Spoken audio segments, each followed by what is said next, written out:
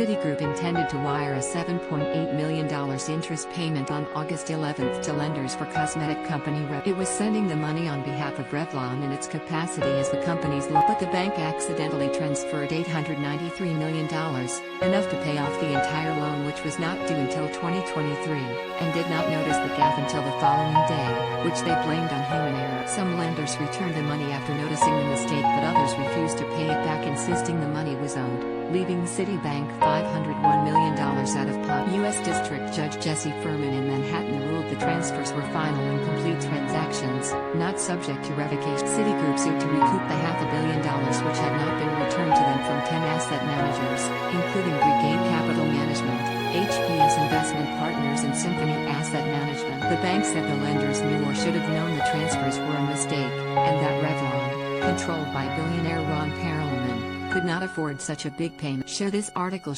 but in a 101-page decision, following a 6-day trial in December, Furman said the transfers were a discharge for value, matching to the penny what the Revlon lenders said they believed Citibank was wiring prepayments for the loan that was not due for some. It can be illegal to spend money accidentally wired into your account, but under the discharge for value defense, the beneficiary can keep and spend money if they were entitled to it, even if it was accidentally transferred. The non-returning lenders believed, and were justified in believing, that the payments were intentional.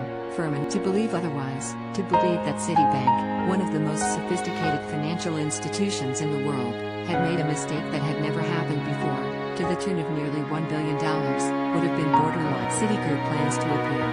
We believe we are entitled to the funds and will continue to pursue a complete recovery of them. Furman left in place a temporary ban on the lenders using the transferred funds, reflecting Citigroup's expected. In a joint statement, the lenders' lawyers Adam Avensone and Robert Leutman said they were extremely pleased with the decision. The judge also looked at internal messages from one of Revlon's lenders, HPS Investment Partners, who joked about the pay. One employee said, "I feel really bad for the person that fat-fingered $900 a mirror. Not a great career move." They also joked, "How was work today, honey? It was okay, except I accidentally sent $900 amount to people who weren't supposed." Administrative agents typically distribute interest payments and perform back-office services for industry groups have said a ruling against Citigroup could expose banks to excessive liability risk. The Loan Syndications and Trading Association, whose roughly 530 members include Citigroup and some Revlon creditors, said such a ruling could destabilize the $1.2 trillion U.S. syndicated loan market.